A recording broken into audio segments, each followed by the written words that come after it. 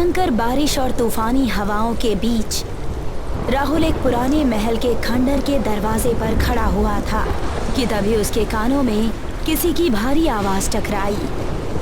कौन हो तुम और यहाँ पर क्या कर रहे हो? तुम होते कौन हो मुझसे पूछने वाले कि मैं कौन हूँ? राहुल ने इतना कहा ही था कि तभी उसका दोस्त जैकी मोटरसाइकिल पर वहां आ पहुंचा। क्या हुआ राहुल, कोई प्रॉब्लम है क्या? पता नहीं, कोई साधु बाबा है, मुझसे पूछ रहे हैं कि यहाँ पर क्या कर रहे हो। देखो साधु बाबा, हमें अपना काम करने दो, अपने काम से काम रखो और जाओ यहाँ से। मैं अच्छी तरह से जानता हूँ कि तुम यहाँ पर क्या काम करने आए हो, परंतु शायद तुम दोनों ये बात नहीं जानते कि तुम दोनों इस खंडहर के अंदर अपनी जान गंवाने आए हो। साधु बाबा, दिमाग खराब मत करो और जाओ यहाँ से। ठीक है, जाता हूँ, समझाना मेरा काम था, बाकी तुम्हारी मर्जी। इतना बोलकर साधु वहां से चला गया।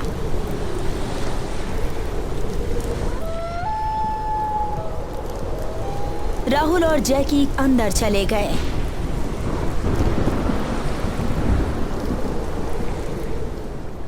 यार जैकी, कहीं साधु की बात सच तो नहीं है? बकवास मत करो राहुल। जैकी, मैंने भी इस महल के बारे में बड़ी डरावनी अफवाहें सुन रखी हैं। अगर इतना ही डरते हो तो फिर इस धंधे में क्यों आए? मत भूलो कि हम दोनों चोर हैं। वो दोनों तेज कदमों से उस महल के खंडहर के अंदर चले गए। उन दोनों ने अपनी टॉर्च की लाइट ऑन कर दी थी। जैकी, तुम्हें विश्वास है कि उस पगड़ी की कीमत मार्केट में करोड़ों रुपए की है? हाँ, ये बात बिल्कुल सच है, लेकिन एक पगड़ी की कीमत करोड़ों रुपए कैसे हो सकती है? बच्चों जैसी बातें मत करो राहुल। जैकी ने इतना कहा ही था कि तभी राहुल की चीख जैकी के कानों में टकराई। क्या हुआ? ये बोलकर जैकी पलटा, मगर वहां पर राहुल मौजूद नहीं था।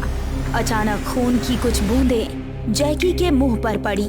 जैकी ने जैसी ही टॉर्च की लाइट छत की ओर मारी, राहुल मृत अवस्था में छत पर उल्टा लटक रहा था। अचानक जैकी का शरीर हवा में उछलकर दीवार से टकराया और उसकी चीख उस खंडहर नुमा महल में गूंज गई। इस घटना के 10 घंटे बाद थाना इंचार्ज इंस्पेक्टर विनय थाने आया ही था कि तभी सब इंस्पेक्टर शिवानी विनय से बोली, मैं काफी देर से आपका ही इंतजार कर रही थी सर। हमारे शहर में जो खंडहर नुमा महल है, उस खंडहर के अंदर आज 2 लाशें बड़ी बुरी अवस्था में पाई गई। क्या लाशों की शिनाख्त हुई? हाँ सर, वो दोनों क्रिमिनल्स थे। पुलिस रिकॉर्ड के मुताबिक वो दोनों चोरियों को अंजाम दिया करते थे। शिवानी की बात सुनकर इंस्पेक्टर विनय तुरंत अपनी जीप लेकर खंडहर में पहुंच गया। देखकर तो लगता है जैसे कि इन्हें बड़ी बेदर्दी से मारा गया हो। सर, मेरे ख्याल से हमें इस केस में नहीं पड़ना चाहिए।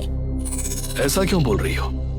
सर, मैं इसी शहर की रहने वाली हूँ और आपके यहाँ पर आए हुए कुछ ही महीने हुए हैं।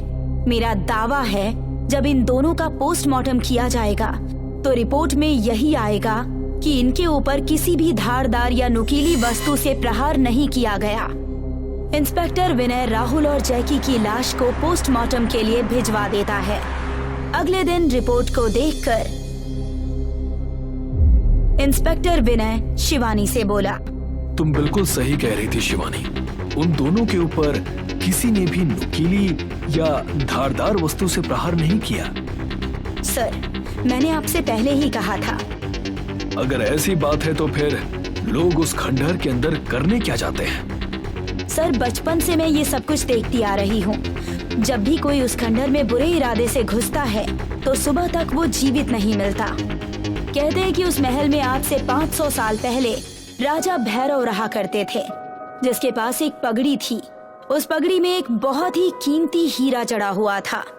अक्सर चोर बदमाश उस हीरे की लालच की वजह से उस खंडहर के अंदर घुस जाते हैं और अपनी मौत को दावत दे देते हैं।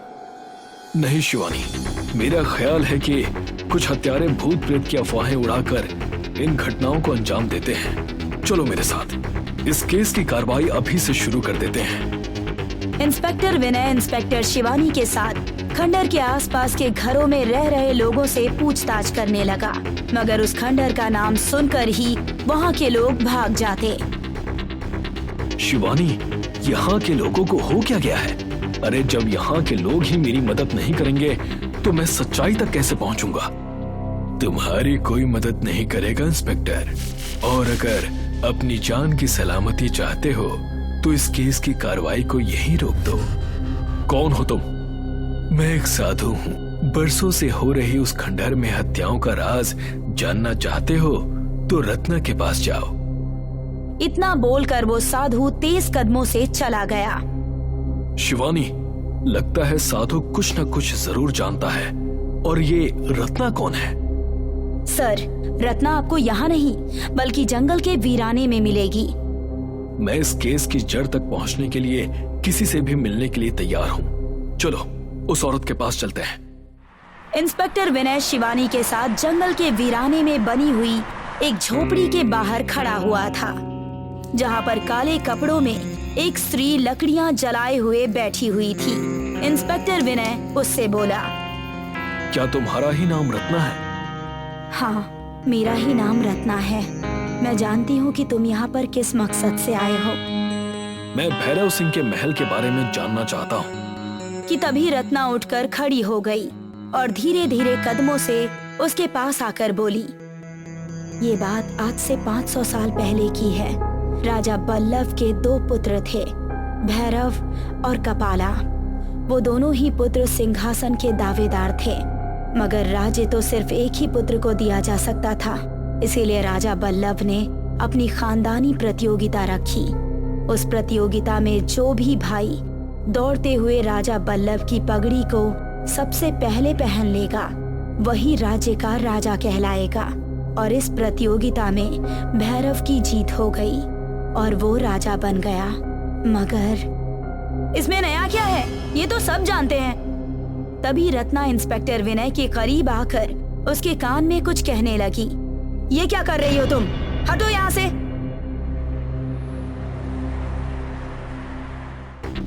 शिवानी, मैं आज रात भैरव के महल में जाऊंगा। मैं भी देखना चाहता हूँ कि कौन है जो लोगों को मौत की घाट उतार देता है। सर, मैं भी आपके साथ चलूंगी। मुझे तुमसे ऐसी ही बहादुरी की उम्मीद थी। शिवानी आधी रात के समय इंस्पेक्टर विनय के साथ उस खंडर के अंदर टॉर्च पकड़े हुए खड़ी थी। अचानक इंस्पेक्टर विनय की नजर एक टूटे और खुले हुए दरवाजे पर गई, जिसके अंदर से प्रकाश फूट रहा था। शिवानी, इस पूरे खंडहर में अंधेरा छाया हुआ है, लेकिन उस टूटे हुए दरवाजे के अंदर रोशनी आ रही है। इतना बोलकर इंस्पेक्टर विनय पिस्टल निकालकर दौड़ता हुआ उस दरवाजे के अंदर घुस गया। कमरे के अंदर प्रवेश करते ही इंस्पेक्टर विनय की आंखें विस्मय से फैल गई। ओह माय गॉड, मैं तो इन सब बातों को मजाक समझ रहा था, मगर ये तो सच निकली। इंस्पेक्टर विनय के सामने एक अलमारी में वही पगड़ी रखी हुई थी, जिसके बीच में एक हीरा जगमगा रहा था, जिसकी वजह से वो पूरा कमरा रोशन था। तभी इंस्पेक्टर विनय के कानों में शिवानी की चीख टकराई। इंस्पेक्टर विनय दौड़ता हुआ जैसे ही बाहर गया तो उसने देखा कि शिवानी छत पर मृत अवस्था में उल्टी लटकी हुई थी। ओह माय गॉड, ये कैसे हो सकता है? इंस्पेक्टर विनय ने इतना कहा ही था कि तभी शिवानी ने अपनी आंखें खोल दी, मगर उसकी आंखों की पुतलियां बिल्कुल सफेद थी। कौन हो तुम? तुम शिवानी नहीं हो सकती। तभी वो भयानक औरत इंस्पेक्टर विनय के ठीक सामने खड़ी हो गई। मैं शिवानी ही हूँ, इस पगड़ी की असली रक्षक। मैं तुम्हारी बात का मतलब नहीं समझा। अचानक इंस्पेक्टर विनय के कानों में रत्ना की आवाज टकराई। उससे दूर हो जाओ इंस्पेक्टर, वो सही बोल रही है। इंस्पेक्टर विनय पीछे की ओर हट गया। मैं तुम्हें और भी कुछ बताना चाहती थी, मगर तुम्हें आगे कुछ बताने से पहले ही ये तुम्हें वहां से ले आई। मैं उसी समय समझ गई थी कि कुछ ना कुछ तो गड़बड़ है। सब यही जानते हैं कि राजा भैरव प्रतियोगिता में जीता था, मगर ये कोई नहीं जानता कि उसका छोटा भाई कपाला एक डायन का पुजारी था। उसने एक रात पहले ही चुपके से अपनी खानदानी पगड़ी में से अपने खानदानी हीरे को निकालकर एक डायन को दे दिया था, और जब भैरव ने वो पगड़ी पहनी थी तो वो उसी रात खत्म हो गया था। तो फिर शिवानी कौन है? मैं वही डायन हूँ जो बरसों से कपाला के हीरे की पगड़ी की रक्षा करती हुई आ रही हूँ, क्योंकि जब तक वो हीरा उस पगड़ी में रहेगा तब तक कपाला और मैं जीवित रहेंगे और लालची इंसान यहाँ आते रहेंगे, और कपाला और मैं उन इंसानों का खून पीकर अमरता प्राप्त करते रहेंगे। उस भयानक औरत की बात सुनकर इंस्पेक्टर विनय और रत्ना बुरी तरह से चौंक पड़े। तो क्या कपाला अभी तक जीवित है? इंस्पेक्टर विनय के इतना कहते ही तेज हवा के झोंके के साथ वही साधु जो आज दोपहर को विनय से मिला था वहां पर अपने आप आधम का। उसके चेहरे पर एक राक्षसी मुस्कान थी। मैं ही कपाला हूँ। और तुम साधु बनकर ढोंग करते हो। हाँ, मैंने इस पुलिस वाले को शिवानी के साथ तुम्हारे पास जानबूझकर भेजा था। मैं जानता था कि ये पुलिस वाला यहाँ जरूर आएगा और इसके पीछे पीछे तुम भी यहाँ जरूर आओगी। आज के दौर में तुम मेरे लिए सबसे बड़ा खतरा हो। अचानक इंस्पेक्टर विनय बिजली की रफ्तार से दौड़ता हुआ उस कमरे के अंदर घुस गया और उस पगड़ी से हीरे को निकाल दिया और बाहर आ गया। ये शैतानी हीरा है, क्यों ना मैं इसको तोड़कर इस कहानी को यहीं खत्म कर दूं। मैं जानता हूँ कि इस हीरे को अगर तुम दोनों के सामने ही तोड़ा जाए तो तुम दोनों की मौत निश्चित है। तुम इस रहस्य को कैसे जानते हो? रत्ना ने कान में मुझे यही बात बताई थी। इतना बोलकर इंस्पेक्टर विनय ने उस हीरे को तोड़ दिया। हीरे के टूटते ही साधु और उस डायन के गले से एक जोरदार चीख निकली और चीख के साथ ही वो दोनों धुआं बनकर गायब हो गए। अब वो खंडहर हीरे की पगड़ी से मुक्त हो चुका था। धर्मपुरा के गांव में रात के अंधेरे में लोग अपने आप को रस्सी से बांध कर रखते हैं। माँ, हम ये कब तक अपने आप को रस्सियों से बांध कर रखेंगे? जब तक हम जिंदा हैं। अगर हमें जीना है तो हमें यही करना पड़ेगा बेटा। लेकिन आखिर ऐसा होता क्या है रात को? रात को मौत की बांसुरी सुनाई देती है और इंसान अपने आप उस बांसुरी की धुन से खींचा चला जाता है। आज तक कोई जिंदा वापस नहीं लौटा। कौन बजाता है ये बांसुरी?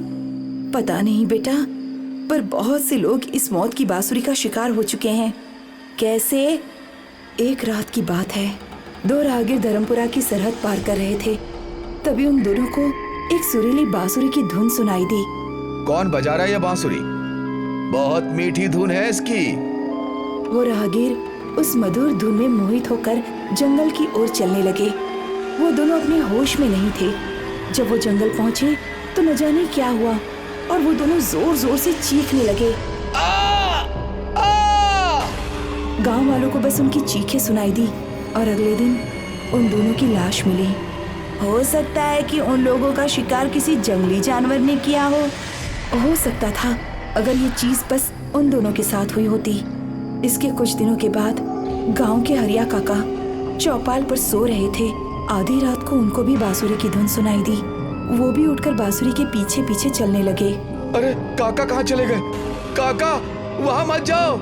हरिया काका को काफी गांव वालों ने रोकने की कोशिश की, पर उन्होंने सबको धक्का मार दिया और पागलों की तरह जंगल की ओर दौड़ने लगे। कुछ देर बाद उनकी भी चीख सुनाई दी और अगले दिन उनकी लाश मिली। आखिर क्या होता है जंगल में? मुझे नहीं पता। वो बांसुरी कौन बजाता है वो भी नहीं पता। तो किसे पता होगा? शायद तेरी दादी माँ को पता हो। कल तू उनके घर जाकर पूछ लेना। हाँ, छोटू की माँ ने छोटू और खुद के पैर में रस्सी बांधी और दोनों सो गए। आधी रात में मौत की बांसुरी का मधुर संगीत शुरू हुआ। छोटू नींद में था और अचानक वो उठकर चलने लगा। छोटू के पैरों की रस्सी अलमारी से बंधी हुई थी, इसलिए वो बाहर न जा पाया। छोटू की माँ की आंख खुली और उसने छोटू को चलता देखा। छोटू, छोटू, छोटू। छोटू की माँ ने छोटू को 2 तमाचे मारे, तब जाकर छोटू होश में आया। आज मैं तुझे खो देती बेटा। छोटू की माँ छोटू को गले लगाकर रोने लगी। छोटू बच गया। अगली सुबह छोटू और उसकी माँ दादी माँ के घर पहुँचे। छोटू की माँ ने उन्हें कल रात की घटना बताई। कल अगर मैं समय पर नहीं उठती तो आज छोटू हमारे साथ नहीं होता। भगवान का लाख लाख शुक्र है, मेरा छोटू। दादी माँ ने छोटू को गले लगा लिया और रोने लगी। न जाने कब ये मौत की बांसुरी का श्राप खत्म होगा। कैसा श्राप दादी माँ? कौन बजाता है ये बांसुरी और क्यों वो मासूम गांव वालों को मारता है? मासूम तो वो था। क्या मतलब? ये उस समय की बात है जब मैं तुमसे भी छोटी थी। गांव में कृष्णा नाम का युवक रहता था। दिखने में वो भले ही युवक की तरह रहता था, पर दिमाग से वो बिल्कुल बच्चा था। वो अक्सर हम बच्चों के साथ खेला करता था। कृष्णा बहुत भला था और उसकी बांसुरी की धुन किसी को भी मोहित कर सकती थी। हम बच्चे अक्सर उसकी बांसुरी सुनते बैठे रहते थे। कृष्णा का इस दुनिया में बस एक ही रिश्तेदार था, उसका चाचा गिरधारी। कृष्णा, कृष्णा, कृष्णा, तू फिर से बच्चों के साथ खेलने लगा। रुक, तेरी आज अच्छे से खबर लूंगा। गिरधारी लाल को कृष्णा एक आंख नहीं भाता था। गिरधारी लाल अक्सर कृष्णा को मारा पीटा करता था। चाचा, छोड़ दो, छोड़ दो। गिरधारी लाल बहुत बुरा था। वो कृष्णा को इसलिए पाल रहा था कि वो उसकी संपत्ति हड़प सके, और जैसे ही कृष्णा 20 साल का हुआ, सारी संपत्ति उसके नाम पर हो गई। एक दिन गिरधारी लाल कृष्णा को जंगल ले गया। सारे रास्ते भर कृष्णा अपनी बांसुरी बजाता रहा। जंगल के अंदर कृष्णा को एक पेड़ से बांध दिया और चाबुक से पीटने लगा। कृष्णा चीखता रहा, चिल्लाता रहा, पर किसी ने उसकी मदद नहीं की। चाचा, माफ कर दो मुझे, छोड़ दो। मुझे तेरी माफी नहीं, जायदाद चाहिए। ले लो, जो चाहिए ले लो, मुझे छोड़ दो। इन सारे कागजों पर अंगूठा लगा। कृष्णा ने सारे कागजातों पर अंगूठा लगा दिया और फिर रोने लगा। भगवान तुम्हें नहीं छोड़ेगा, वो तुम्हें जरूर सजा देगा। तुमने मुझे इतना पीटा। मैं सारे गांव वालों को बता दूंगा कि तुमने मुझे इतना पीटा। बताएगा तो तब जब तू जिंदा रहेगा। गिरधारी लाल ने अपनी चाबुक से कृष्णा का गला घोंट दिया। वो बेचारा मासूम तड़पता तड़पता मर गया। तब से अब तक रोज रात को मौत की बांसुरी सुनाई देती है और फिर चीख के बाद बस लाश ही मिलती है। आपको ये सब कैसे पता?